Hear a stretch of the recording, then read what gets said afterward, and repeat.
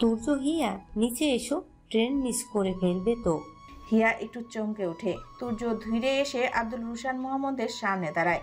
এক মুহূর্ত চোখ মেলায় তার চোখের সঙ্গে, তারপর শান্ত গলায় বলে, বড় দাদা, আমাদের আজ যেতেই হবে, কিন্তু একটা অনুরোধ করছে। আপনার ভাই বোনদের কিছু বলবেন না এখন। যা করবেন নিজের মতো করে করুন।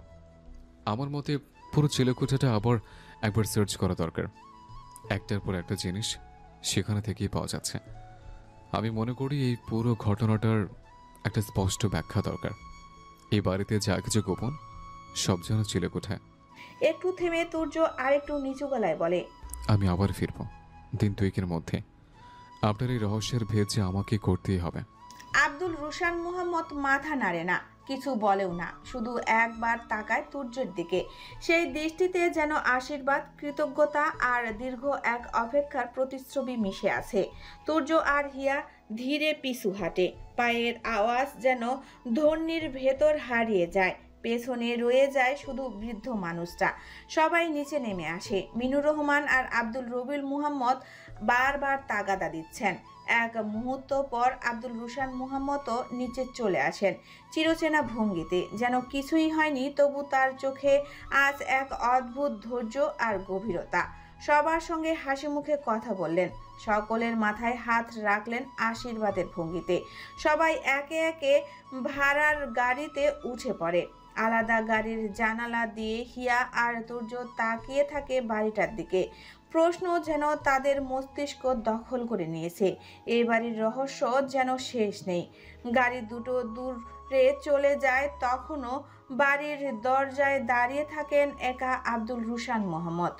বাড়িটি দৃষ্টি সীমার বাইরে চলে যেতেই আব্দুল রুশান মুহাম্মদের চোখে কোমলতা নিঃশব্দে কেটে যায়। তার দৃষ্টিতে জমতে থাকে এক অদৃশ্য কঠোরতা, যেন নিজের ভেতরে গড়ে তুলেছেন এক অচেনা দেওয়াল।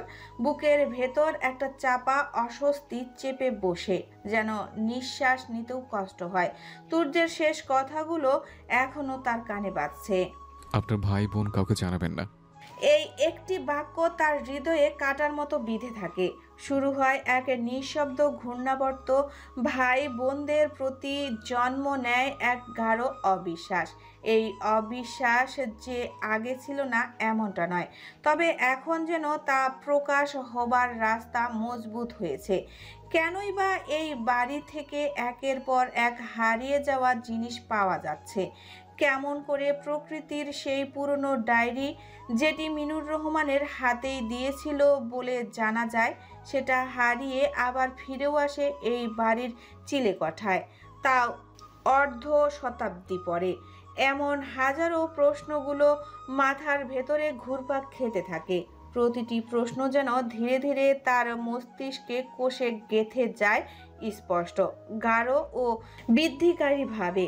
এখন আর কোনো কিছুই তাকে অবাক করে না, বরং প্রতিটি টুকরো টুকরো ঘটনার মাঝে সে খুঁজে ফেরে এক অদৃশ্য সূত্র, যা তাকে নিয়ে যেতে পারে এক নিঃশব্দ অতীতের গহীনে, যেখানে ভালোবাসা, বিশ্বাস আর প্রতারণার সীমারেখাগুলো বহু আগেই মুছে গেছে। তিনি ধীরে ধীরে ঘরে ফিরে এসে বসেন। চুপচাপ কিছুক্ষণ বসে থাকার পর পরিষ্কার গলায় ডেকে ওঠেন, রাশিদা, আলী, এদিকে এসো তো। দুজনেই ছুটে আসে। এরপর তিনি পরিষ্কার গলায় বলেন, চিলেকোঠায় চলো এখনই। তারা একটু অবাক হলেও কিছু বলে না। তিনজন একসঙ্গে উঠে যায় চিলেকোঠায়। দরজাটা খোলার সঙ্গে সঙ্গে ধুলোমাখা গন্ধ আর স্মৃতির ভার ছড়িয়ে পড়ে। আব্দুল রুশান মোহাম্মদ দৃঢ় গলায় বলেন, এই পুরো চিলেকোঠা খালি করো, একটাও জিনিস যেন বাদ না যায়। যা যা পাও সব আমার কাছে নিয়ে আসো, আমি সব নিজেই দেখব। রাশিদা ও আলী কথা মতো লেগে পড়ে কাজে। তারা খুব যত্ন করে তল্লাশি শুরু করে, বাক্সের পর বাক্স খুলে ফেলে, দেওয়ালের খাঁজে খুঁজে দেখে পুরনো ট্রাঙ্ক, কাঠের আলমারি, ধুলো ঢাকা তাক, সব কিছু যেন ঘরটাকে তারা নতুন করে জাগিয়ে তোলে। একটা একটা জিনিস রাশিদা ও আলী এনে হাজির করে আব্দুল রুশান মুহাম্মদের সামনে। কোনোটা চিঠি, কোনোটা ছবি, কোনোটা পুরনো নোটবুক, শুকনো ফুলের দলা, ভাঙ্গা ব্রোচ, অদ্ভুত আঁকাবাঁকা হস্তাক্ষরের লেখা চিরকুট। আব্দুল রুশান মুহাম্মদও প্রতিটি জিনিস খুঁটিয়ে খুঁটিয়ে দেখতে থাকেন। চোখে তার সেই আগের কোমলতা নেই, আছে একরকম তদন্তের গভীরতা। একদিকে চিলেকোঠা যেন এক নতুন রূপে আবির্ভূত হয়। রাশিদা ও আলী মেঝে থেকে শুরু করে জানালার ফ্রেম পর্যন্ত মুছে চকচক করে ফেলেছে। পুরনো পর্দা নামিয়ে ধুয়ে দেয়, নতুন বাতাসে ঢোকে ঘরে।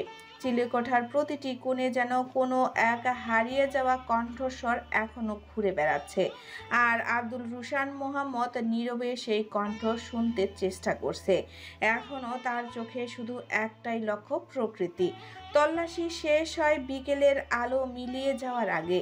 রাশিদা ও আলী ক্লান্ত গলায় বলে, আর কিছু নেই বড়বাবু, যা ছিল সব আপনার সামনে। আব্দুল রুশান মোহাম্মদ কিছুক্ষণ নীরব থাকেন। তার চোখে যেন এখনো কিছু খুঁজে ফেরে, যেন কিছুই নেই তাও কিছু আছে। তিনি একে একে টেবিলের ওপর রাখা পুরনো চিঠি, ছবি, ডায়েরির খুচরো পাতা সবই দেখেন আবার বারবার, কিন্তু না, নতুন কিছু নেই। প্রত্যেকটা জিনিস যেন শুধুই অতীতের স্মৃতিচিহ্ন, যাদের থেকে এখন কোনো কার্যকর সূত্র বের করা অসম্ভব। তিনি ধীরে ধীরে চেয়ারে হেলে বসেন, মুখে একটা হতাশা ভাব। নিজের মনে বলেই ফেলেন, সবই স্মৃতি, কোনটা সত্যি নয়। আর সত্যি যদি থেকেও থাকে, তার মুখ নেই, নাম নেই। রাশিদা বলে, সব ফেলে দেব? তিনি মাথা নাড়েন। না, কিছু ফেলবে না, সব আবার যত্ন করে তুলে রাখো, ঠিক যেমন ছিল ঠিক তেমনভাবেই। শুধু একটা কাজ করো, কাঠের বাক্সটা এদিকে টেবিলের উপরে দিয়ে যাও, বাকি কিছুই না। আলী কাঠের বাক্সটা টেবিলের উপরে তুলে দিয়ে ঘর থেকে বেরিয়ে যায়। আব্দুল রুশান মোহাম্মদ ধীরে ধীরে হাত বাড়িয়ে কাঠের বাক্সটার ঢাকনাটা তোলে।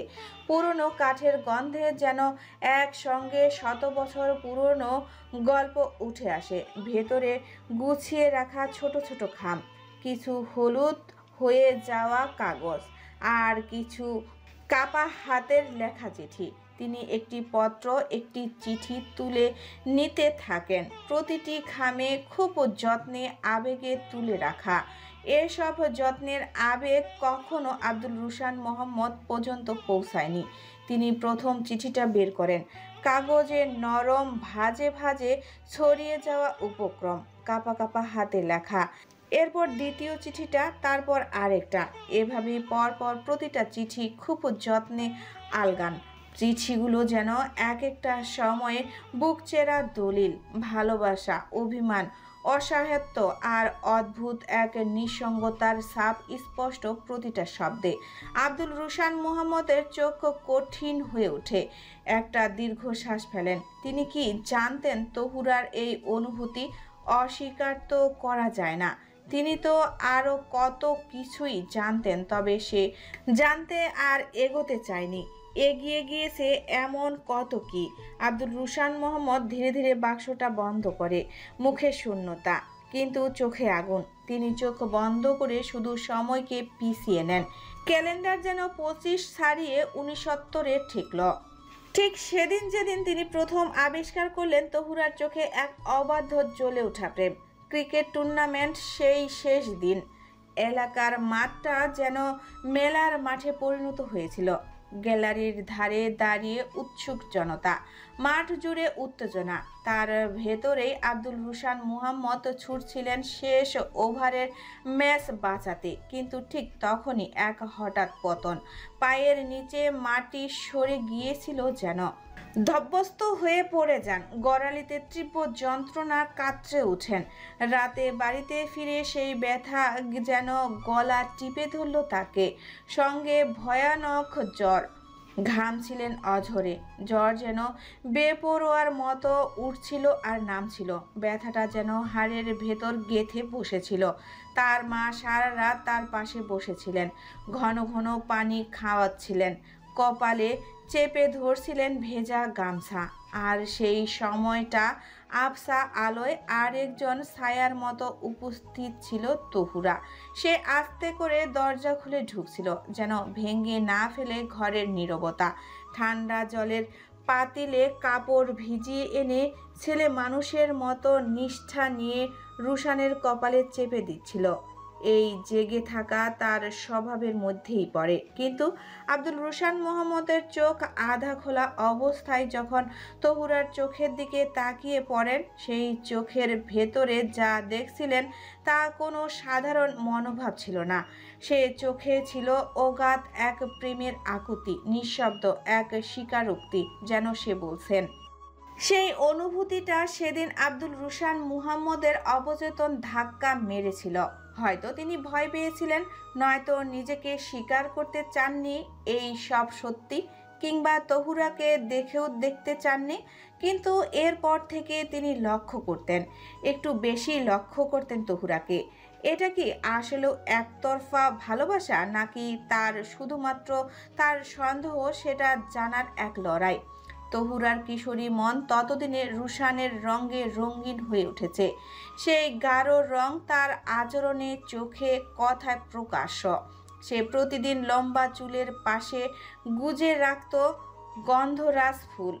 চিকন গঠনের সে মেয়েটি যেন নিজের সমস্ত কল্পনায় একটাই নাম উচ্চারণ করত, রুশান। আব্দুল রুশান মোহাম্মদ অবচেতন একটু হেসে ফেলেন, যেন একটু ধরা পড়ে যাওয়ার ছেলে মানুষই হাসি।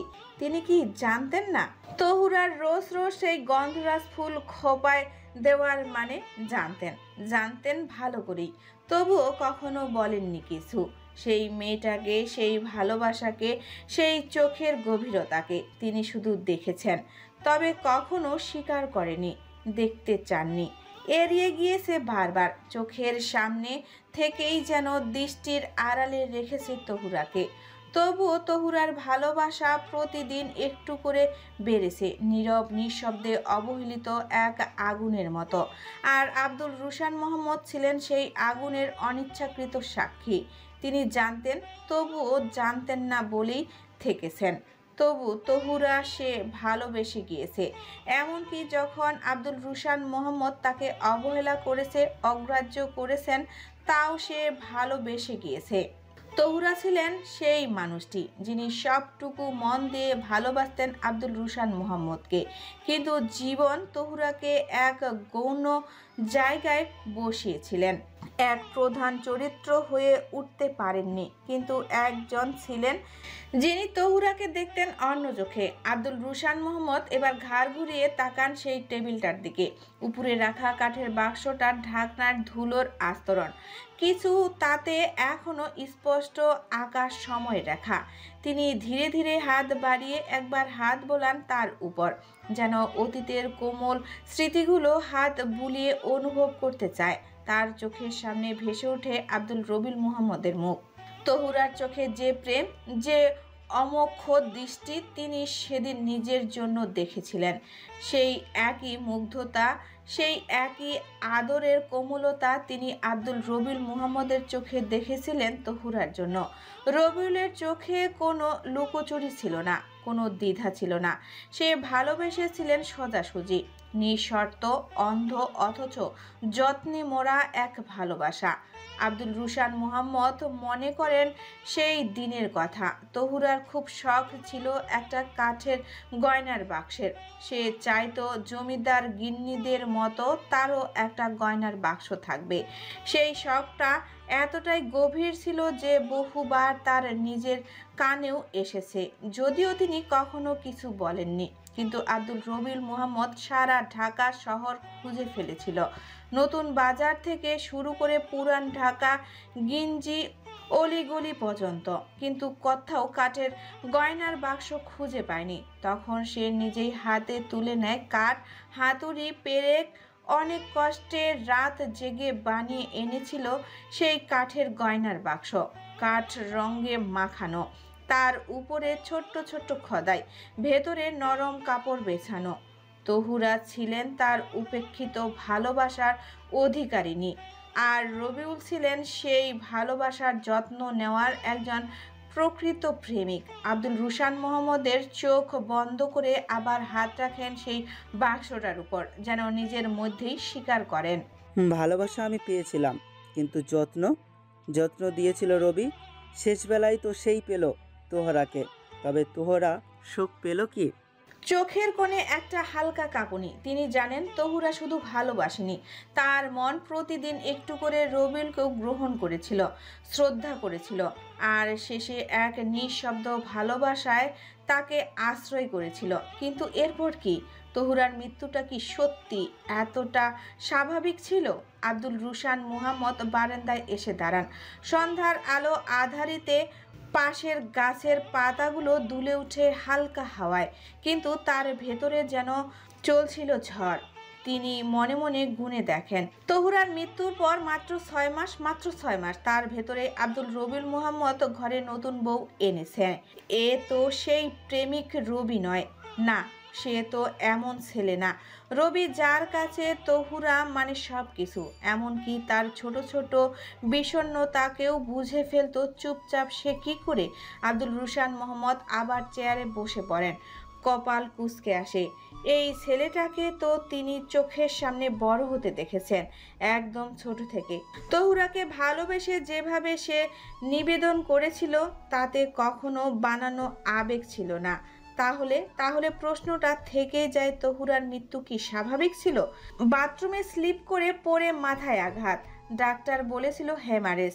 মৃত্যুর সার্টিফিকেটে লেখা ছিল accident injury leading to cavernous haemorrhage. সবাই মেনে নিল, আর সবচেয়ে বেশি আব্দুল রুশান মুহাম্মদকে কুঁচকে দেয় রবিকে। তিনি দেখেছেন তহুরার মৃত্যুর পরে প্রথম কিছুদিন সে যেন একদম স্তব্ধ হয়ে গিয়েছিল। চোখের নিচে কালি, মুখে কথা নেই, এমনকি নামাজের পরও হাত তুলে কিছু চাইতো না, চুপ করে বসে থাকতো মসজিদের এক কোণে। তিনি ভাবতেন এই ছেলেটা হয়তো ভেঙে গিয়েছে, ভাবেই গুমড়ে মরে যাবে। কিন্তু তারপর হুট করে রবিউলের বিয়ে ঠিক হয়।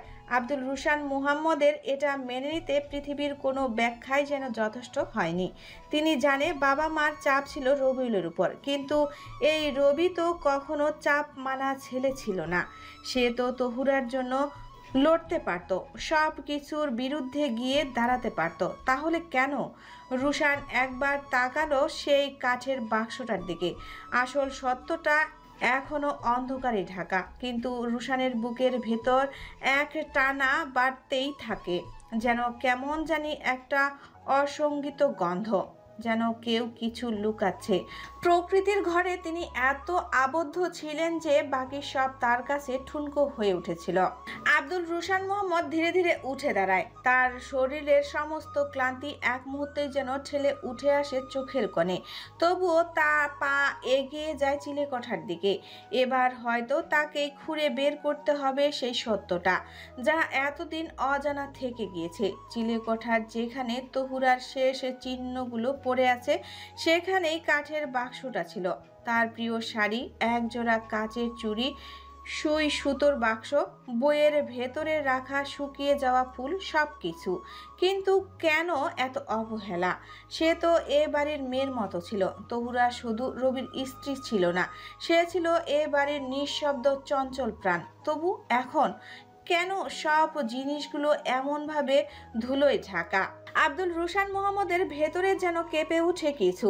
এটা অবহেলা না, এটা যেন চেষ্টা করে ভুলে যাওয়া, অথবা চেষ্টা করে গোপন রাখা। হঠাৎ তার মনে পড়ে তহুরার মৃত্যুর পর প্রথম কয়েকদিন পরিবারের কেউই চিলেকোঠায় যেত না। বাড়ির কাজের মেয়েটাও চলে গিয়েছিল তহুরার মৃত্যুর 3 দিন পর অকারণে। তখনই তো প্রশ্ন ওঠা উচিত ছিল, কিন্তু আব্দুল রুশান মুহাম্মদ নিজেই তো চুপ ছিলেন। কেন? হয়তো তিনি দেখতে চাননি, কারণ দেখতে গেলে সব কিছু বদলে যেত। তখন রবিউলকে দোষী ভাবতে হতো, পরিবারকে প্রশ্ন করতে হতো, নিজেকেও দোষী ভাবতে হতো। তিনি কেন আগে ভাগে কিছু বুঝতে পারল না? তহুরা কি কিছু বলার চেষ্টা করেনি? অনেক রাত করে ছাদের কোণটায় ঠায় দাঁড়িয়ে থাকতো, কোনো দিন চুপচাপ থাকতো, কথা বলতো না। রান্নায় লবণের অভাব হতো, আর আব্দুল রুশান মোহাম্মদ ভাবতেন এই বুঝি বিষণ্ণতা। কিন্তু তা কি কেবল বিষণ্ণতা ছিল? হয়তো নয়। চিলেকোঠার পুরনো খাঁচার পাশে রাখা ছিল একটা কাঠের ট্রাঙ্ক। আব্দুল রুশান মোহাম্মদ সেটা টেনে সামনে আনেন। ট্রাঙ্কের তালা নেই, খুলতেই কেমন একটা পুরনো ছাপা শব্দ বেরিয়ে আসে।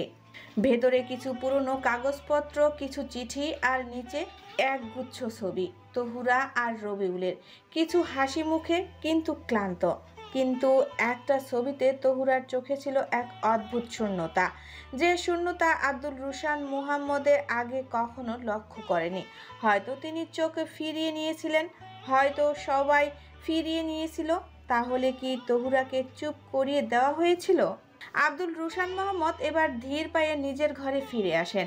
বাইরে তখন রাত নেমে এসেছে, কিন্তু প্রশ্নের উত্তর সেখানেই আটকানো। প্রকৃতির পায়েল তহুরার বাক্সে কি করে এলো?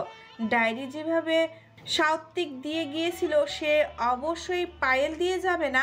প্রকৃতির ডায়েরি এত অযত্নে, তাহলে পায়েল কেন এত যত্ন? আব্দুল রুশান মুহাম্মদের আঙ্গুল ঠান্ডা হয়ে আসে পায়েলের স্পর্শে। ছোট্ট রূপার তৈরি সেই পায়েলটা কেমন যেন নীরব, অভিশপ্ত কিছু হয়ে পড়ে আছে বাক্সের কোণে। তহুরা নয়, বরং প্রকৃতি। তাহলে প্রকৃতির জিনিস এখানে এলো কিভাবে? আর যদি এসে থাকে, তাহলে কে এনেছে, কবে এনেছে? আব্দুল রুশান মুহাম্মদের মাথার ভেতর এখন অজস্র প্রশ্ন ঘুরপাক খাচ্ছে। তিনি ধীরে ধীরে আবার বসে পড়েন। এবার তার চোখ যায় তার বিছানার কোণে রাখা প্রকৃতির ডায়েরিটার দিকে। আব্দুল রুশান মুহাম্মদ ধীরে ধীরে ডায়েরিটার পেছনের পাতাগুলোর দিকে উল্টে যান।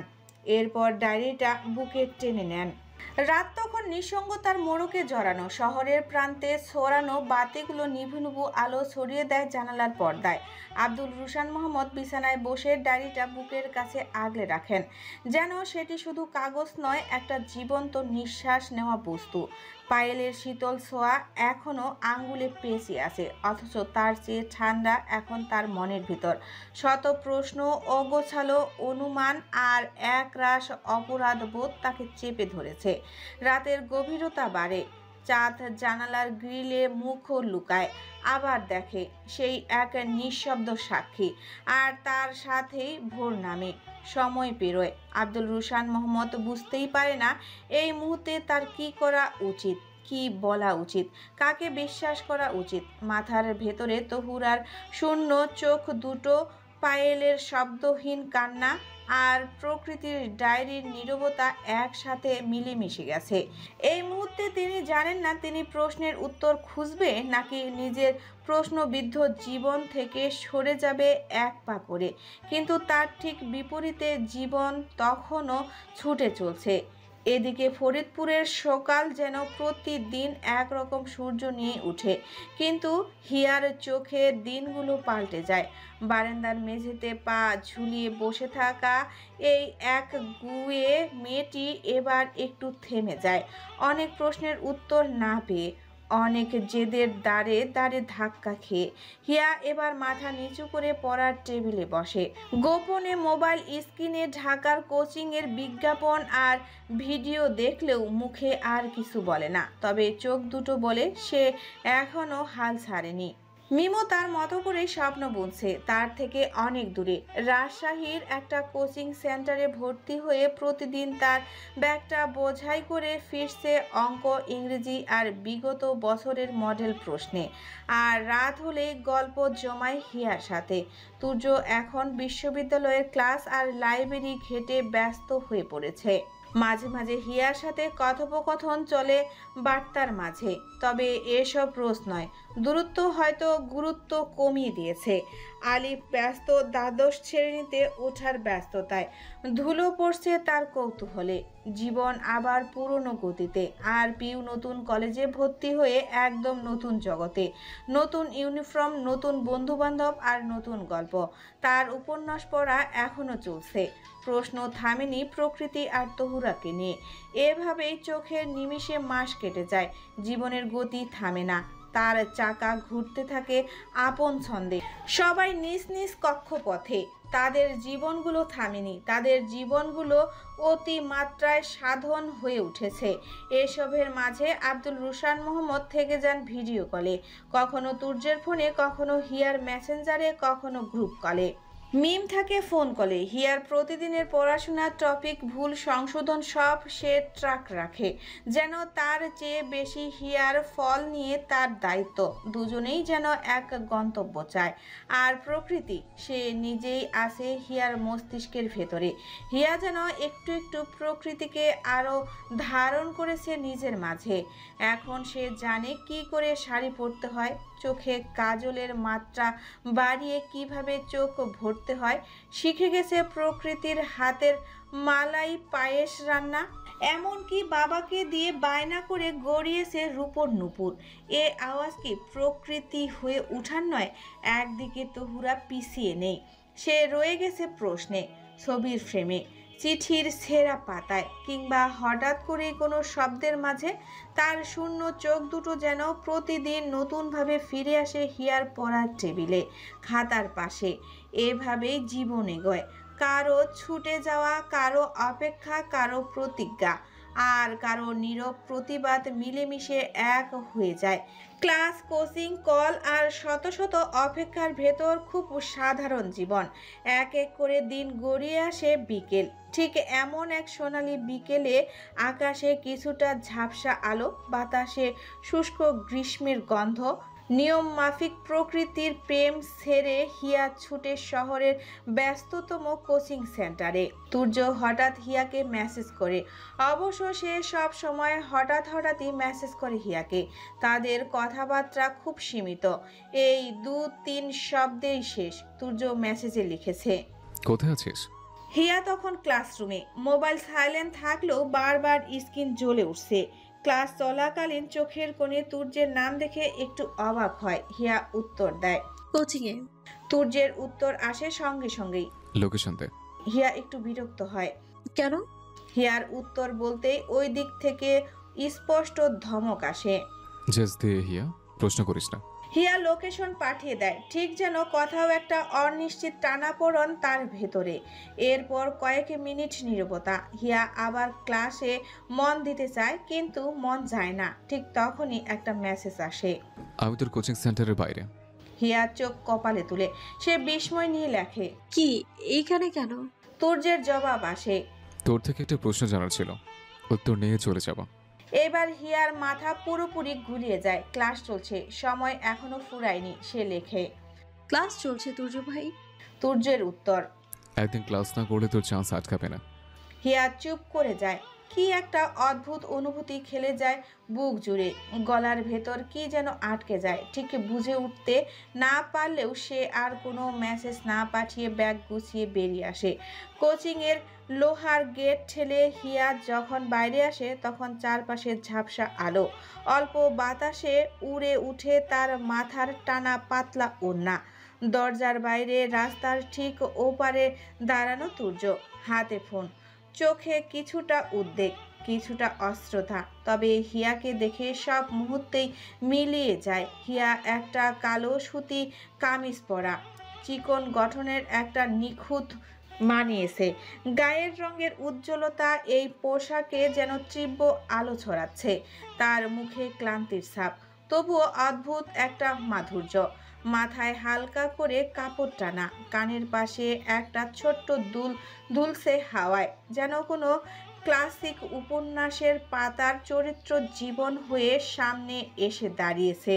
তুর্য কিছু বলতে গিয়েও থেমে যায়, তার ঠোঁট কাঁপে, কিন্তু শব্দ জন্ম নেয় না। হিয়ার চোখে কিছুটা বিস্ময়, কিছুটা ভ্রু কুঁচকে তাকিয়ে আছে সে। হিয়ার মুখের প্রতিটা ভাঁজে তুর্য বোকার মতো তাকিয়ে থাকে। সে যেন ভুলেই গেছে সে কেন এসেছে, কি বলতে চেয়েছিল। শুধু চেয়ে থাকে হিয়ার মুখটার দিকে। কিছু সময় পেরিয়ে যায়। তুর্য তার বাইকে হেলান দিয়ে চুপচাপ দাঁড়িয়ে থাকে আরও খানিকটা। হিয়া সোজা কোচিং থেকে বেরিয়ে তুর্যের সামনে এসে দাঁড়ায়। তুর্য নিজের চোখ সরিয়ে বলে, এখানে রাস্তায় কথা বলা যাবে না, অন্য কোথাও চল, তোকে একটা প্রশ্ন করার আছে। হিয়া ভ্রু কুঁচকে তাকায়। ওর যেন সব হিসেব গোলমেল। তুর্যকে ওর শহরে যেন কোনোভাবেই মেনে নিতে পারছে না, তাও সে প্রশ্ন ছড়ে, আপনি এত দূরে শুধু আমায় প্রশ্ন করতে এসেছেন? কি এমন প্রশ্ন? তুর্য হালকা হাসে। আছে, বাইকে ওঠ বলছে। হিয়া আরও একবার থমকে যায়। তার ছোট জীবনে সে এই একটা মাত্র জানে উঠতে খুব ভয় পায়। ওর মনে হয় এই বুঝি অ্যাক্সিডেন্ট হলো। হিয়া একটু ইতস্তত করে বলে, এটা ছাড়া আর কোনো উপায় নেই। আপনি বলুন কোথায় যাবেন, আমি রিক্সা নিয়ে যাচ্ছি। তুর্য কিছু বলে না, চুপচাপ তাকিয়ে থাকে শক্ত চোখে হিয়ার দিকে। হিয়া আরও কিছু সময় ইতস্তত করে, একটু খসখস করে, এরপর অনেক সাহস জুগিয়ে উঠে পড়ে বাইকে। এমন না যে সে খুব সহজেই রাজি হয়ে গিয়েছে, কিন্তু আজকে সে যেন নিজেকেও ঠিক বুঝতে পারছে না। তার খুব ইচ্ছা হলো এই ভয়টার সঙ্গেই পথ চলতে। হিয়া উঠতেই বাইকে ছুটে চলল শহরের ব্যস্ত রাস্তা পেরিয়ে। মফস্বল শহরের ব্যস্ততা ছেড়ে তারা চলছে নিরিবিলি পথে। হিয়া চুপ, সে যেন সবখানে যেতে প্রস্তুত, যেখানেই তুর্য তাকে নেবে। তার মন তাকে প্রশ্ন ছুড়ে শুধু, এ কি বিশ্বাস নাকি অন্ধবিশ্বাস? তবে এসব ভাবনাকে সে পাত্তা দেয় না। বাইক ছুটছে, হিয়া দুহাতে মুষ্টি করে ধরে রেখেছে তুর্যের শার্ট। চোখ তার জোর করে বন্ধ। তুর্য এর দৃশ্যের সাথে যে অচেনা এমন নয়। বাইকের লুকিং গ্লাসে হিয়ার মুখের দিকে কাত করা, সে নিশ্চুপ দর্শক। তবে এ যাত্রা খুব দ্রুত সমাপ্ত হলো। বাইক থামলো ধোলার মোড়ে। একটা পদ্ম নদীর এক জমজমাট পার। এখানে পাড়টা খুব নান্দিকভাবে বাধাই করা, আশেপাশে ব্রেঞ্চ পাতা, নদীর তীর ঘেঁষে গড়ে ওঠা সরু রাস্তা। আশেপাশে নদী ঘেঁষা জীবনযাত্রাও আছে মানুষের খুব সাধারণ। তবে এই পরিবেশ শান্ত। বিকেলের আলোটা তখন ঠিক নিভু নিভু, যেন একটা বয়স্ক প্রদীপের শিখা। চারপাশে নিস্তব্ধ, কিছু মানুষের আনাগোনা চলছে, তাও শান্ত। নদীর ধারে ছড়িয়ে আছে কচুরি পানার ভেলা, মাঝে মাঝে জল ছুঁয়ে যাওয়া বাতাসে ফেঁপে উঠে ঢেউ। দূরে মাঝিদের নৌকা। নদীর বুক দিয়ে সোনালি রঙের রেখা কেটে চলে গেছে সূর্যের ছায়া। হিয়ার চোখে বিস্ময়, মুখে নীরবতা। এটা তার প্রথম দেখা দৃশ্য নয়। সে বড় হয়েছে এই নদীর দেশে, তাও চুপচাপ তাকিয়ে থাকে দূরে। তুর্য একটা কাঠের বেঞ্চে বসে, শব্দহীন, খুব স্বাভাবিকভাবে। হিয়া কিছু না বলে ওর পাশে বসে পড়ে। তুর্য একবার নদীর দিকে তাকায়, একবার হিয়ার চোখের দিকে, আবার নদীর দিকে, তারপর একটু হালকা গলায় বলে, তো শহরটা খারাপ না, একটা শান্তি শান্তি ব্যাপার আছে। হিয়া এবার তুর্যের মুখের দিকে তাকিয়ে বলে, আপনার রাস্তাঘাট এত পরিষ্কার মনে আছে কি করে? আমার যতদূর মনে পড়ে আপনি আমাদের বাড়ি এসেছিলেন অনেক বছর আগে। তখন তো আপনি স্কুলে ছিলেন বোধহয়। তুর্য হাসে, মাঝে তো একবার আসা হয়েছে। গত বছর এক বন্ধুর বোনের বিয়েতে এসেছিলাম। মা বলেছিল তোদের বাড়িতে যেতে, কিন্তু আমি জানাতে নিষেধ করেছিলাম। এক বিয়েতে এসে এত হ্যাসেলের কোনো মানেই হয় না। সে যাই হোক, শোন, একটা প্রশ্ন করব, খুব সিরিয়াস। হিয়া চোখ ছোট করে তাকায়, কিন্তু কিছু বলে না। তুর্য ধীরে বলে, লম্বা চুলওয়ালা মেয়েরা নাকি প্রচুর ঝগড়ুটে হয়, এটা কি সত্যি? হিয়া চোখ বড় বড় করে ফেলে, ঠোঁট শক্ত করে দাঁতে দাঁত চেপে কিছু বলতে যাবে, ঠিক তখনই তুর্য খুব সিরিয়াস মুখ করে বলে, আমি কিন্তু বলিনি, তোর প্রিয় হুমায়ুন আহমেদ বলেছে। হিয়া থেমে যায়। মস্তিষ্কের রাগ মস্তিষ্ক থেকে উঠতে শুরু করে। মুখটা একটু নরম হয়, কিন্তু চোখে সেই চিরচেনা জ্বালা। হিয়া ফিসফিস করে বলে, এই লাইন তো অপেক্ষা বইয়ের। তুর্য একটু নিচু গলায় বলে, যে যেখানে লাইন হোক, তোর হুমায়ুন আহমেদ বলেছে, এটা কনফার্ম। এবার তুই বল, ঘটনার সত্য কিনা। তোর মতো লম্বা চুলের মেয়ে আমি খুব কম দেখেছি। হিয়া তাকিয়ে থাকে নদীর দিকে, বুকের ভেতর কিছু খেলে যায়। বাতাসে তার মাথার কাপড় উড়ে। তুর্য চুপচাপ তার দিকে তাকিয়ে, আর নদী বয়ে চলে ঠিক তাদের মতো, নিস্তরঙ্গ অথচ গভীর। তুর্য এবার খুব ধীর গলায় বলে, হুমায়ুন আহমেদ অবশ্যই এটা ঠিক বলেছে। মানুষের বেঁচে থাকার জন্য অপেক্ষা নামের ব্যাপারটি খুব প্রয়োজন। হিয়া এবার তুর্যের চোখের দিকে তাকায়। তুর্য ভাই উপন্যাসটা কেন পড়লেন? মানে ঠিক কিভাবে? তুর্য হেসে বলে, তোর কি কোনোভাবে আমাকে অশিক্ষিত মনে হয়? মনে হয় যে আমি বাংলা পড়তে জানি না? কিভাবে পড়বো আর? চোখ দিয়ে দেখেছি, মুখ দিয়ে পড়েছি। হিয়া তুর্যের এই মস্করা গুরুত্ব দেয় না। তার চোখ তুর্যের চোখে কিছু লুকোচুরি দেখতে পায়। এ কেমন অস্ত্রতা! হিয়ার কি খুশি হওয়া উচিত?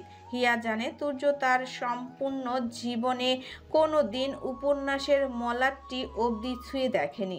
ও আশা করেনি তুর্য ওর দেওয়া উপন্যাসটাও ছুঁয়ে দেখবে।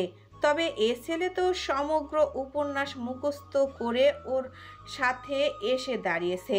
হিয়ার ভাবনাগুলো যেন খোলা পৃষ্ঠার মতো তুর্যের চোখে দৃশ্যমান। তুর্য হালকা হাসল, এরপর বলল, আমার প্রশ্ন কিন্তু ঠিক একই জায়গায়, উত্তর না নিয়ে কিন্তু ফিরছি না। হিয়া এবার ভ্রুকুসকে বলে, আপনি শুধু একটা প্রশ্ন করতে রাজশাহী থেকে এত ঘন্টার রাস্তা পাড়ি দিয়ে ফরিদপুর এসছেন?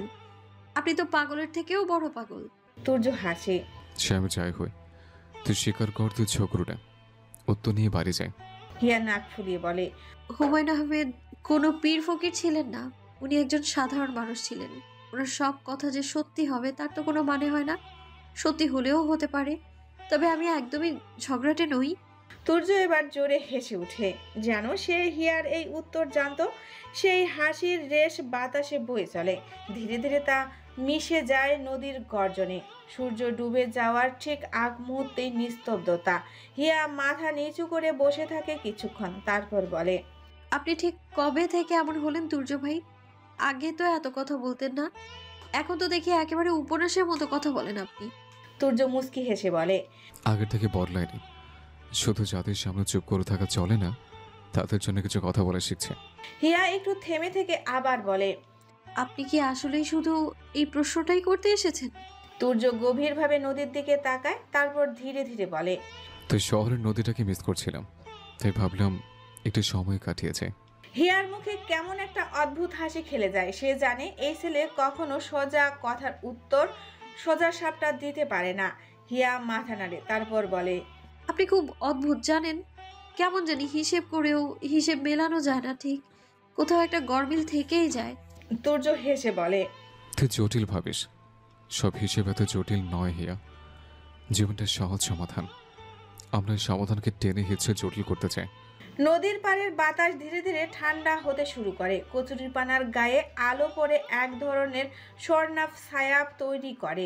দুজনের মাঝখানে নীরবতা, কিন্তু সে নীরবতাও যেন কথার চেয়ে কম নয়। তুর্য হঠাৎ বলে ওঠে, এখান থেকে ঢাকায় ফিরবো সোজা। হিয়া অবাক হয়ে জিজ্ঞেস করে, ঢাকা? তুর্য মাথা হেলায়। হ্যাঁ, বড় দাদার বাসায় যাব, ওনাকে কথা দিয়েছিলাম। হিয়া কিছুক্ষণ চুপ থেকে সরাসরি জিজ্ঞেস করে, আপনি কি কিছু জানতে পেরেছেন, মানে প্রকৃতি বা তোহরা সম্পর্কে? তুর্য একটু নড়ে চড়ে ওঠে, মুখে একটু অনিশ্চয়তা খেলে যায়, তারপর নিজেকে সামলে নিয়ে বলে, আমি কিছু জানি না, কিন্তু জানাটা খুব জরুরি। যে গল্প শুরু হয়েছে তার সমাপ্তি টানা জরুরি। হিয়া এক দৃষ্টিতে তাকিয়ে থাকে তুর্যর চোখে, যেন কিছু খুঁজে বের করতে চায়, কিন্তু কিছুই বোঝা যায় না। হিয়া ধীর গলায় বলে, একবার আমাদের বাড়ি থেকে ঘুরে গেলে হতো না? তুর্য চোখ সরিয়ে নেয়, কিছুক্ষণ চুপ করে থেকে নিচু গলায় বলে, বাড়িতে প্রজেক্টের বাহানা দিয়ে বেরিয়েছে, কেউ জানে না গন্তব্য কোথায়। গোপন থাকে যাত্রা, এখানে যদি কিছু মেলে তবে সব গোপনেই মিলবে। হিয়া বুঝে যায় এই কথার গভীরে কিছু আছে, তবুও সে আর প্রশ্ন করে না। তুর্য উঠে দাঁড়ায়, হিয়া ধীরে ধীরে উঠে পড়ে ওর পাশেই। সন্ধ্যার আলো নদীর গায়ে শেষবারের মতো ছড়িয়ে পড়ছে, দূরে আজানের ধ্বনি ভেসে আসছে। তাদের ছায়া দুটো ব্রেঞ্চের পাশে পড়ে আছে পাশাপাশি, দুটো ভিন্ন জীবনের চেনা ছায়া, যাদের মাঝে কেবল সময় আর সাহসের দূরত্ব। তুর্য হেলমেট পরে বাইকে উঠে পড়ে, তারপর হিয়ার দিকে তাকিয়ে বলে, চল তোকে বাসার কাছে নামিয়ে দিয়ে তারপর বের হব। হিয়া চুপচাপ বাইকে উঠে বসে। এই যাত্রাটা নীরব তবে শব্দহীন নয়। বাইকটা ধীরে ধীরে হিয়ার বাসার কাছে এসে থামে। পাড়ার অচেনা রাস্তা, হালকা আলো আধারিতে একটা নীরবতা। তুর্য বাইক থেকে নামেনি, শুধু গতি কমিয়ে থামিয়ে এক পাশে দাঁড় করিয়েছে। এ যেন স্পষ্ট বার্তা, তার ফিরতেই হবে। হিয়া ধীরে ধীরে বাইক থেকে নামতে যায়। সেই মুহূর্তে তুর্যের চোখ যায় হিয়ার পায়ে। সেখান থেকে একটা ঝিনুকের মতো বাজনা শোনা যায়, কোমল এক শব্দ। তুর্য তাকিয়ে দেখে হিয়ার বাঁ পায়ে একটা ছোট্ট রূপালী নূপুর, সূক্ষ্ম কারুকাজ করা, খুবই সাধারণ, অথচ গভীর মনোযোগ না দিলে চোখে পড়ে না। এই প্রথম তুর্য লক্ষ্য করলো এই অলংকারটা। এটার অস্তিত্ব আগে কখনো তার চোখে পড়েনি। সন্ধ্যার এই উষ্ণ অন্ধকারের রূপালী রং যেন জ্বলে উঠেছে। সূর্য শুধু এক পলক নিঃশব্দ তাকিয়ে দেখে, তার ঠোঁটে হালকা একটা হাসি খেলে যায়। সূর্য জানে এর রং হিয়ার নিজের নয়, সে প্রকৃতির ব্যক্তিত্বকে ব্যক্তিগতভাবে শুরু করেছে বহু আগে থেকেই। এটা খুব গ্রহণযোগ্য অভ্যাস না হলেও একজনের ব্যক্তিত্বকে ধারণ করা খারাপ তো নয়। সূর্যের মুহূর্তেই মনে হয় সময়টা ফসকে যাচ্ছে, আর তার সামনেই নারী তাকে অন্য কাউকে ভাবতে শুরু করছে। সে অন্য কাউকে বোধহয় প্রকৃতির রুশান। সূর্যের এই ভাবনা অতলেই হিয়া বিদায় নেয়। সে আর পেছনে ফিরে তাকায় না। ফিরে তাকালেই যেন হিয়ার কদম থমকে যাবে। নিজের সাথে যুদ্ধ করে এগিয়ে চলে সে। নুপুরের টুংটাং শব্দের ছায়া মিলিয়ে যায় গলির গভীরে। সূর্য এক মনে তাকিয়ে থাকে হিয়াকে ছুঁয়ে আসা শেষ হাওয়ার পথে। সময় কাটে যথাযথই। সূর্য ধীরে বাইক স্টার্ট করে। বাতাস হালকা ঠান্ডা, কিন্তু বুকের ভেতর কিছু গরম শব্দ রয়ে গেছে, অনুচ্ছ্বাসিত, অস্পষ্ট, কিন্তু অনুভব করা যায়। সূর্য একরোখা, গম্ভীর, ছন্নছাড়া হলেও নিজের কথায় একনিষ্ঠ। তার সব থেকে বড় গুণ সে সৎ। তার কাছে লুকোচুরির কোনো শব্দ নেই, তবে অনুভূতি বহিঃপ্রকাশে তার শব্দ হেয়ালি করে বেশ। হিয়ার প্রতি তার স্পষ্ট জবাবে অনুভূতি নেই, থাকা উচিত নয়। তবে এই অকারণে সে কেন এসেছে তার শহরে, এই উত্তর সূর্য খুঁজতে চায় না। সূর্য শুধু জানে হিয়া তার বর্তমান জীবনের এমন এক চরিত্র যে অকারণে নিজের জায়গা করে নিয়ে বসে আছে। সূর্যের ভাবনা চলতে থাকে, এগুলো রোজ চলে। আরও কত শতবার সে আসতে চেয়েছে হিয়ার শহরে, তবে নিজেই নিজেকে বেঁধেছে অহেতুক। কিন্তু আজ কেন? সূর্য তার গতিতে শহরের পর শহর পেরিয়ে পৌঁছায় তার গন্তব্যের ব্যস্ত নগরীতে। তার চোখে ক্লান্তি, কিন্তু তার চেহারায় কোনো বিরক্তি নেই। ঘড়িতে তখন 9:30। আব্দুল রুশান মোহাম্মদ ঠায় দাঁড়িয়ে সূর্যের অপেক্ষায়। সূর্য বাইকটা গেটের পাশে দাঁড় করাতেই দরজা খুলে এগিয়ে আসেন তিনি। সূর্য একদমই আশা করেনি যে আব্দুল রুশান মোহাম্মদ এভাবে তার পথ চেয়ে থাকবেন।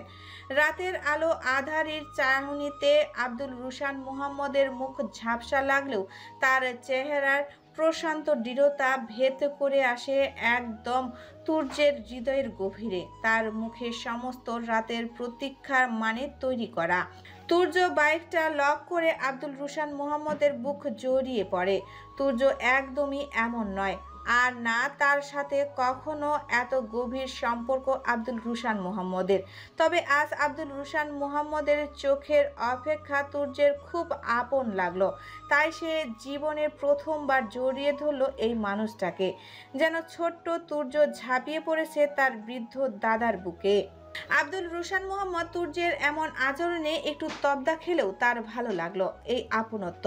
এখানে আর সময় না পেরিয়ে তারা ঘরে প্রবেশ করলো। সূর্য ভেতরে ঢুকতেই তার মনে হয় এ ঘর বুঝি তার অপেক্ষার ঝিমিয়ে পড়েছিল। রাশিদা দরজার চৌকাঠে দাঁড়িয়েছিলেন, পরনে হালকা নীল শাড়ি, হাতে খালি গ্লাস। সূর্যকে দেখে মৃদু হেসে বলেন, এত দেরি হলো যে বাবা, কখন থেকে খাবার বেড়ে বসে আছি। তোমরা চলে যাওয়ার পর ঘরটা একদম খালি হয়ে গেছে।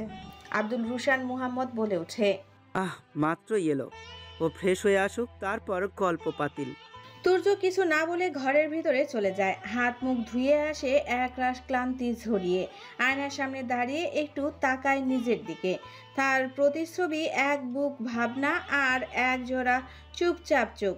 প্রতিটা বিষয়ের ভাবনা তাকে বিরক্ত করছে, নিজেকে ধাতস্থ করে সূর্য। এসব ভাবনার পেছন ফেলে সে সোজা ছোটে খাবার ঘরে। সেখানে আয়োজন পাকাপোক্ত। সূর্য এই আয়োজন দেখে একটু হকচকিত হয়, তবে কিছু না বলেই চুপচাপ খেতে বসে।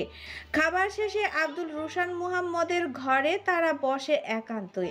সূর্য এবার প্রস্তুতি নিয়ে এসেছে, কিছু তো সামনে আনতেই হবে। বেশ অনেক সময় তাদের নানা বিষয়ে কথা হয়। সূর্য এবার একটু থেমে বলে, আপনাকে একটা বিষয় জানানো ছিল। আব্দুল রুশান মোহাম্মদ কিছু প্রশ্নবোধক চোখে তাকিয়ে থাকে শুধু। তুর্য বলে, আপনার দীপ্তি দেবীর কথা মনে আছে? প্রকৃতির একমাত্র ঘনিষ্ঠ বান্ধবী। প্রকৃতি ডায়েরিতে অনেকবার তার উল্লেখ পেয়েছিলাম। বেশ কৌতূহলবশতই তার খোঁজে নেমে পড়েছিলাম, আর সৌভাগ্যবশত তার খোঁজে পেয়েছে। তিনি বর্তমানে চাঁদপুরে থাকেন। সেখানে গিয়ে তার সঙ্গে দেখা করে কথা বলেছিলাম। আমি জানি দীপ্তি দেবী কিছু জানেন না, কিন্তু সবসময় সব জানা বা অজানার মাঝে এমন কিছু জানা অজানা থেকে যায় যা হয়তো আমাদের কাছের। আমি ঠিক সেইটুকুই খুঁজতে গিয়েছিলাম। সেখান থেকে যতটুকু জানতে পারি তার সবটা আপনি জানেন বোধ হয়, শুধু একটা জিনিস ছাড়া। আব্দুল রুশান মোহাম্মদ তীক্ষ্ণ চোখে তাকিয়ে থাকে তুর্যর দিকে। তুর্য এবার আব্দুল রুশান মোহাম্মদের চোখের দিকে তাকিয়ে বলে, আপনার বাবার মেজো দাদা ভাই দুজন মিলে প্রকৃতির সঙ্গে শেষবার দেখা করেছিলেন। আপনি তখন যোদ্ধা ছিলেন। এটা ঠিক তখনকার ঘটনা, যখন দীপ্তি দেবী কলকাতায় চলে যাবেন। প্রকৃতি নিজেই কথাটা দীপ্তি দেবীকে জানিয়েছিলেন যে আপনার বাবা আপনার আর প্রকৃতির বিয়েতে সম্পূর্ণ রাজি, এবং আপনি যুদ্ধ থেকে ফিরলেই আপনাদের বিয়ে দেবেন। সাথে একটা শর্তও নাকি দিয়েছিলেন, কিন্তু শর্তটা সম্পর্কে দীপ্তি দেবী নিজেও জানেন না। তিনি নাকি অনেকবার প্রকৃতিকে এই বিষয়ে জিজ্ঞেস করেছিলেন, কিন্তু প্রকৃতি কোনোদিনও এ বিষয়ে মুখ খোলেনি। আব্দুল রুশান মোহাম্মদের মস্তিষ্ক যেন কাজ করা বন্ধ করে দেয়। তার বাবা তাদের বিয়েতে রাজি ছিল এ বিষয়ে তিনি জানতেন না। এমনকি তিনি যুদ্ধ থেকে ফেরার পরও এ বিষয়ে বাড়িতে কোনো কথাবার্তা হয়নি। কোনো দিন তার ভাই, বোন, মা, দাদি কেউই তাকে জানায়নি এ বিষয়ে। আব্দুল রুশান মোহাম্মদ শব্দ হারিয়ে ফেলেন। তুর্য আবার বলতে শুরু করে, প্রকৃতি বোধহয় এই কারণে দেশ ছেড়ে না যাওয়ার অনেক জিদ করেছিল। আব্দুল রুশান মোহাম্মদ এবার মুখ খুলেন।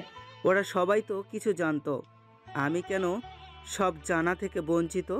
আর প্রকৃতি তো তার সব কিছু ডায়েরিতে উল্লেখ করত, তাহলে এই দিনের উল্লেখ নেই কেন? তুর্য এবার ধীর গলায় বলে, এটাই তো প্রশ্ন। সবকিছু কেমন গোপন যেন, আর বঞ্চিত শুধু একমাত্র আপনি। আর হয়তো এই দিনের কথাও ডায়েরিতে উল্লেখ ছিল। শেষ ছেঁড়ার পৃষ্ঠার সঙ্গে এই দিনটাও হয়তো ছিঁড়ে গেছে। তুর্য একটু থেমে আবার জিজ্ঞেস করে, বড় দাদা, আপনি কতবার বলেছিলেন আপনার এক বন্ধু প্রকৃতিকে কলকাতায় দেখেছিল। এটা কবে? মানে ওর হারিয়ে যাওয়ার কত বছর পর? আব্দুল রুশান মোহাম্মদ একটু সময় নেন, এরপর বলেন, 1975-এর দিকে। তুর্য একটু ভেবে বলে, তাহলে যুদ্ধ শেষ হবার 4 বছর পর আপনার যে বন্ধু প্রকৃতিকে দেখেছে তার সঙ্গে যোগাযোগ করতে পারলে হয়তো নতুন কিছু পাওয়া যেত। আব্দুল রুশান মোহাম্মদ চশমাটা খুলে হাতে নেন, এরপর বলেন, তার সম্ভব নয়। গত বছর 6 আগে অরবিন্দ মারা গেছে। তুর্য চুপসে যায়। ঠিক তখনই আব্দুল রুশান মোহাম্মদের চোখ চিকচিক করে ওঠে। তিনি বলেন, অরবিন্দ নেই তো কি, মুক্তি এখনো বেঁচে আছে। তুর্য ভ্রু কুঁচকে বলে, মুক্তিকে? আব্দুল রুশান মোহাম্মদ বলেন, অরবিন্দের স্ত্রী, আমাদের বিশ্ববিদ্যালয়েই পড়তো। ওর সাথে কথা বললে কিছুই জানা যেতে পারে। তুর্য জিজ্ঞেস করে, যোগাযোগের কোনো মাধ্যম আছে? আব্দুল রুশান মোহাম্মদ বলেন, মাসুমের সাথে বরাবরই অরবিন্দের ভালো বন্ধুত্ব ছিল, আর জীবিত অবস্থা পর্যন্ত যোগাযোগ ছিল। এখনও স্ত্রী মুক্তির সাথে যোগাযোগ আছে কিনা বলতে পারছি না। সকালেই মাসুমকে আসতে বলেছি, এরপর 3 জন মিলে ব্যবস্থা করা যাবে। আব্দুল রুশান মোহাম্মদ কথাটা শেষ করতেই ঘরে এক মুহূর্ত নিঃশব্দতা নেমে আসে। নিঃশব্দতা যার ভেতর কেবল রাতের ঘড়ির কাঁটার টিকটিক শব্দ শোনা যায়, যেন সময় নিজেও নিঃশ্বাস ফেলছে। তুর্য আর কিছু না বলেই উঠে দাঁড়ায়। চেয়ারটা নিঃশব্দে ঠেলেই সে বলে, আমি এখন ঘরে যাই, কাল অনেক কাজ। আব্দুল রুশান মোহাম্মদ মাথা নোয়ায়। চোখে আবার সেই পুরনো ক্লান্তি, কিন্তু ভেতরে আশার ক্ষীণ আলো। তুর্য ধীরে ধীরে তার ঘরে চলে আসে। ঘরটা যেমন ছিল তেমনই আছে। প্রাচীন কাঠের আলমারি, পুরনো পুরনো গন্ধ, আর জানালার পাশে সেই পরিচিত চেয়ার। তার চেয়েও চেনা এক দৃশ্য। জানালার বাইরে শহরের আলো, আঁধারির ছায়া। সে পকেট থেকে ফোনটা হাতে তুলে নেয়। দ্রুত স্ক্রিনে কয়েকটা নম্বর টিপে দেয়। কল চলে যায়। ওপাশ থেকে ঘুম জড়ানো গলায় নেহাল বলে, হ্যালো, তুই পৌঁছেছিস? তুর্য গলায় নিঃসঙ্গ একটা সুর টেনে বলে, আর তোর কাজের কি খবর? নেহাল একটু গা ঝাড়া দিয়ে বলে, চলছে ভাই। কয়েকটা নাম আর সরকারি রেকর্ডের অদ্ভুত মিল পেয়েছি, কিন্তু কিছু মিললেও আবার মিলছে না, সময় লাগবে। তুর্য কাঁধে ফোন রেখে জানালার পাশ থেকে সিগারেটের প্যাকেট টেনে নেয়। ঠিক আছে, যা মনে করিস মনোযোগ দিয়ে কর, একটু বেশি গভীরে খোঁজ, আর কাল বিকেলে দেখা করিস। নেহাল ওপাশ থেকে বলে।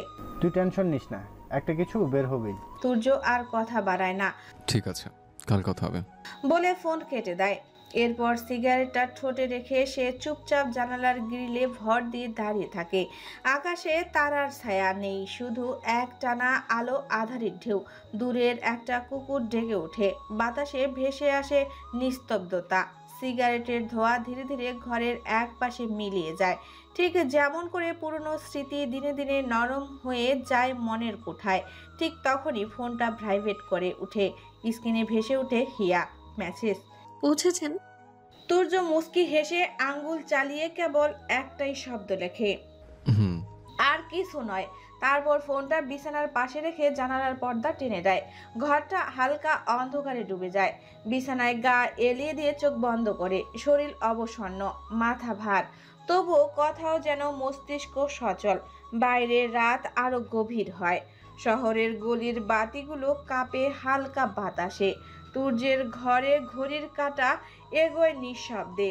সকালটা শহরের মতোই ব্যস্ত, কিন্তু তুর্যের ঘরে এখনো একরকম শান্তির পতন। জানালার পর্দা ভেদ করে হালকা রোদ এসে পড়েছে ঘরের মেঝেতে। পাখির ডাক নেই, কেবল বাইরে গাড়ির হর্ন আর নিচে দোকান খোলা চাবির আওয়াজ। এই শহরের চিরচেনা রুটিন। তুর্য ধীরে ধীরে চোখ মেলে, বিছানায় উঠে বসেই চোখ কসলায়। তারপর এক হাত বাড়িয়ে মোবাইলটা খুঁজে নেয়। সময় তখন সকাল 8:17। ফ্রেশ হয়ে তার ঘর থেকে বেরিয়ে সিঁড়ি ভেঙে নিচের দিকে পা বাড়াতেই হাসির উচ্চ শব্দে যেন থমকে যায়। খাবার ঘরে কথাও শব্দ। তুর্য সোজা দরজার পাশে এসে দাঁড়ায়। ডাইনিং টেবিলের পাশে বসে আছে আব্দুল রুশান মোহাম্মদ আর একজন বয়স্ক চমৎকার চেহারার লোক। এনাকে এর আগে তুর্য দেখেছে। এই লোকটাই মাসুম সাহেব। আব্দুল রুশান মোহাম্মদ এবং মাসুম দুজনেই নাস্তার প্লেটে পরোটা, ডিম, কলা আর চা নিয়ে আড্ডায় মেতে আছেন। তুর্য একটু অবাক হয়ে বলে, এই সকালে বড় দাদা, আপনাদের রকেটের থেকেও ফাস্ট। আমি কি আসতে দেরি করে ফেললাম? আব্দুল রুশান মোহাম্মদ মুখে চায়ের কাপ তুলে হেসে বলেন, বয়স বাড়লে ঘুম আর দেরি সহ্য হয় না। মাসুমকে তাই আর ঘুম আর দেরি সহ্য করতেই দিলাম না। মাসুম সাহেব হেসে তুর্যের দিকে তাকিয়ে বলেন, তোমার জন্য তো অপেক্ষায় ছিলাম, আসো বসে পড়ো আমাদের সাথে। তুর্য ধীরে ধীরে এসে টেবিলের এক পাশে বসে। জমিয়ে তাদের এক রাউন্ড আড্ডা এখানেই সমাপ্ত হয়। খাওয়া শেষ করে তারা উঠে যায় আব্দুল রুশান মোহাম্মদের ঘরের দিকে। ঘরের এক পাশে ছোট্ট একটা টেবিল রাখা, তার পাশেই আরাম কেদারা, দেওয়ালের সাথে মিলিয়ে রাখা একটা 2 সেটের সোফা। ঘরটা নতুন পুরনো আসবাবপত্র সবই যেন জায়গা করে নিয়েছে। আব্দুল রুশান মোহাম্মদ খাটের কোনায় হেলান দিয়ে বসেন। তুর্য সোফায় আর মাসুম সাহেব আরাম কেদারায় বসে পড়েন। বাইরে তখনও আলো পুরোপুরি ছড়িয়ে পড়েনি। মায়াবী মিষ্টি রোদটা হালকা ছোঁয়াচ্ছে মাত্র, কিন্তু ঘরের ভেতর আলো ঠিকঠাক। মাসুম সাহেব টেবিলের কোনায় রাখা আব্দুল রুশান মোহাম্মদের প্রিয় বইটা হাতে নিয়ে বলেন, প্রকৃতি নামটাই আর সমাধান হলো না, তাই না রে? বুড়ো হয়ে গেছি, সময় কিভাবে কিভাবে চলে যায় একেবারেই ভেবে দেখিস রোশান। এখনও চোখ বন্ধ করলে মনে হয় এটাই সেদিনের ঘটনা। আব্দুল রুশান মোহাম্মদ হাসেন। জীবনটা শেষ হয়ে গেল, শুধু শেষ কয়েকটা পাতাই বেঁচে আছে। যেদিন এগুলো পড়ে যাবে সোজা চলে যাব 3.5 হাত মাটির নিচে। শুধু তার আগেই একবারের জন্য প্রকৃতির সমাধানটা চাই। কথার স্রোত অন্যদিকে বয়ে যাওয়ার আগেই তুর্য বলে, এত সহজ নাকি সবকিছু? আপনাদের এখনো অনেক জীবন বাকি, বয়স শুধু একটা নম্বর মাত্র। আব্দুল রুশান মোহাম্মদ হেসে ওঠেন। মাসুম সাহেব এবার চশমা মুছতে মুছতে বলেন, অরবিন্দের মৃত্যু অপ্রত্যাশিত ছিল। ওর মৃত্যুটাই হয়তো বুঝে দিল বুড়ো হয়ে গেছে, সময় ঘনিয়ে আসছে। আর ওর মৃত্যুর পর মুক্তির সঙ্গে যোগাযোগ হয়নি, কিন্তু আমি একটা নম্বর খুঁজে পেয়েছি, পুরনো, কিন্তু চেষ্টা করা যেতেই পারে। তুর্য কপালে 2 আঙ্গুল নিয়ে বলে, সেটাই, এখন চেষ্টা ছাড়ার কিছুতে করার নেই আমাদের কাছে। আব্দুল রুশান মোহাম্মদ মৃদু হেসে বলেন, এত বছর ধরে তো শুধু চেষ্টাই করে যাচ্ছি, ঘরটা চুপসে যায় আবার। ঘরের নিস্তব্ধতা ছুঁয়ে যায় তিনজনের দেহ ও মন। হালকা আলো জানালার পর্দা ছুঁয়ে টেবিলের উপরে পড়ে আছে। মাসুম সাহেব চুপচাপ পকেট থেকে পুরনো চশমার বাক্সটার ভেতরে রাখা একটা কাগজ টেনে বের করেন।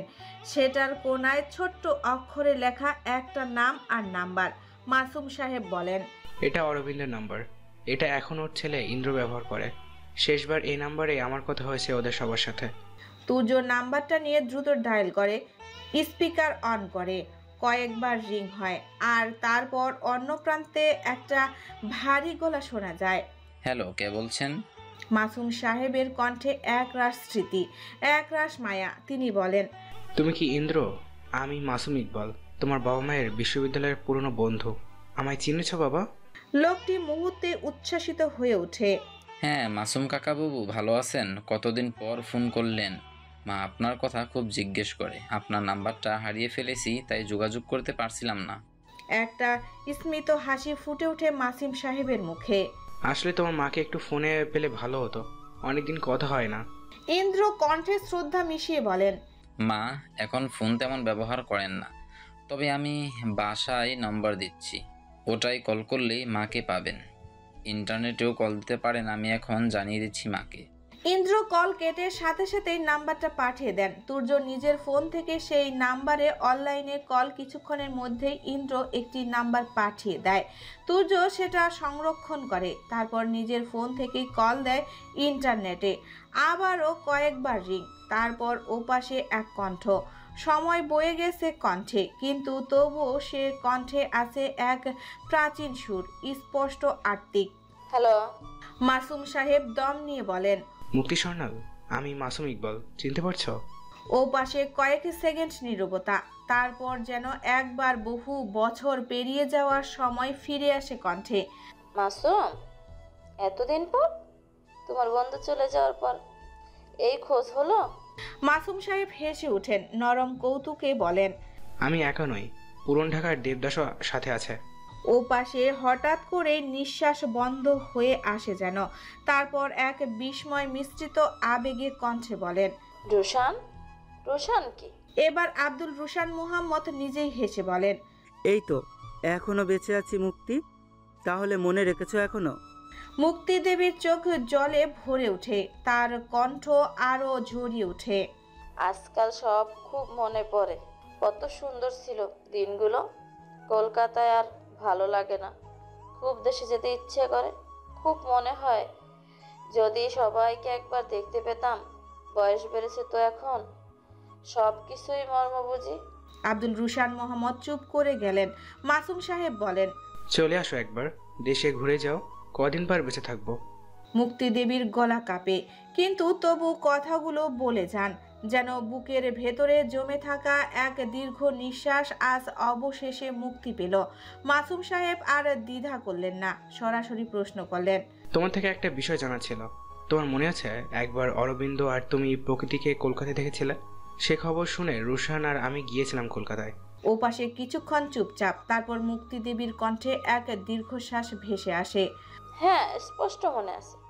সেই তো এলে, আর দেখা কোথায়? না, আর আমাদের দেশে যাওয়া হলো। মাসুম একটু থেমে বলেন, তোমরা প্রকৃতিকে কি আর কখন দেখেছিলে, বা কোনো খোঁজ? আর ওই দেখার বিস্তারিত আবার বলতে পারবে? মুক্তি দেবীর গলা আবার নরম হয়ে ওঠে। তোমরা এখন প্রকৃতি খুঁজছো? মাসুম সাহেব হাসেন। বলতে পারো মৃত্যুর আগে শেষ চেষ্টা। মুক্তি দেবী হালকা হাসেন, হয়তো প্রকৃতির ভাগ্য পরিহাস করেন। নিজেকে ধাতস্থ করে বলল, অরবিন্দ আর আমি বাসারাতে থাকতাম তখন। অরবিন্দ রেজিস্ট্রেশনের নতুন ব্যবসা শুরু করেছিল। একদিন বাজারে গিয়েই প্রকৃতির সাথে দেখা। ওর জন্য অন্য কেউ ছিল, মাথা ভর্তি সিঁদুর, লাল শাড়ি পরা, দেখতে নতুন বউ লাগছিল। মাসুম চমকে উঠে বলে, সিঁদুর? এটা তো তখন বলনি। আব্দুল রুশান মুহাম্মদের মুখের কোনো প্রতিক্রিয়া বোঝা গেল না, তিনি যেন একটু বেশি স্বাভাবিক হয়ে উঠলেন। মুক্তি দেবী বলেন, অরবিন্দ তো ঠিকভাবে দেখিনি, আমি তো এক নজর মাত্র দেখেছিলাম প্রকৃতিকে। আমার বলায় অরবিন্দ ছুটেছিল প্রকৃতির পিছু। ওই এক নজরে লক্ষ্য করেছিলাম মাথা ভর্তি সিঁদুর। আমরা অনেকবার পেছন থেকে ডেকেওছিলাম, তবে ভিড়ে মিশে গিয়েছিল সে। অরবিন্দ খুব চেয়েছিল প্রকৃতির সাথে রুশানের সোজাসাপটা দেখা করাতে, খুব চেষ্টাও করেছিল। আমরা সবাই তো জানতাম রুশানের পাগলামি, আর তাছাড়া তখন প্রকৃতিকে না খুঁজে পেয়ে রুশান যেভাবে ভেঙে পড়েছিল, অরবিন্দ আর বলার আরও সাহস পায়নি যে আমি তার মাথায় সিঁদুর দেখেছি। হয়তো অরবিন্দ ভেবেছিল আমি ভুল দেখেছি, তাই আর কথা বাড়াতে চাইনি। তোমরাও তো হুট করে এসে আবার তাড়াহুড়ো করে দেশে ফিরলে, আর এরপর তো অরবিন্দর ব্যবসা সম্পূর্ণ শূন্যে নেমে যায়। আমরাও বাসার ছেড়ে নর্থ বেঙ্গল শিফট হয়ে গেলাম। ঘরটা নিঃশব্দে থমকে যায়। স্ক্রিনের দু প্রান্তে ভিন্ন ভৌগোলিক অবস্থান হলেও সেই মুহূর্তে অতীত এক হয়ে দাঁড়ায়। কথারা যেন আর শব্দ খুঁজে পায় না। মাসুম সাহেব তাও সুজন্য বিদায় জানায়। সংযোগটা কেটে যায়। ঘরে অবস্থানত তিনজন, ভিন্ন অবস্থায়, ভিন্ন দুনিয়ার, ভিন্ন অনুভূতিতে আসন্ন, কিন্তু তিনজনই আজ এক বিন্দুতে এসে দাঁড়িয়েছে, যেখানে প্রশ্নগুলো পাথরের মতো ভারী আর উত্তরগুলো বালির মতো ক্ষয়মান। অন্তর্জালের নিস্তব্ধতা জমে উঠেছে। জানালার ফাঁক দিয়ে ভেতরে ঢুকছে ফ্যাকাশে সকাল আলো, না যেন কোনো স্মৃতির ফিকে হয়ে এসে পড়েছে দেওয়ালের গায়ে। সূর্য ধীরে তাকায় আব্দুল রুশান মুহাম্মদের দিকে। মাসুম সাহেব চেয়ার ছেড়ে উঠে আব্দুল রুশান মুহাম্মদের পাশে এসে বসেন। তিনি শুধু কাঁধে হাত রেখে নিশ্চুপ, বুঝে নিতে চায় অনেক কিছু, কিন্তু আব্দুল রুশান মুহাম্মদের চোখের কোণে ঝড় নেই। মুখে না আছে বিস্ময়, না আছে দুঃখ, না আছে ব্যথা, এক প্রকার নিরেট অনুভূতি। শূন্যতা যেন ছায়া হয়ে বসেছে তার চারপাশে। সূর্য খানিকটা দ্বিধা নিয়ে বলে,